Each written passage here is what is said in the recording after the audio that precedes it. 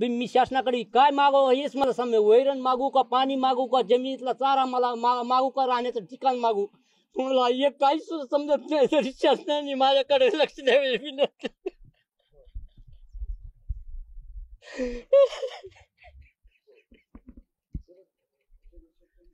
तरी माझ्याकडे शासनाने जर लक्ष नाही दिलं किंवा माझ्या जमिनीतलं पाणी किंवा काढलं नाही किंवा माझ्या घराकडे नाही लक्ष दिलं, मी आत्महत्या केल्याशिवाय राहणार नाही, मी नक्की ठरविलं.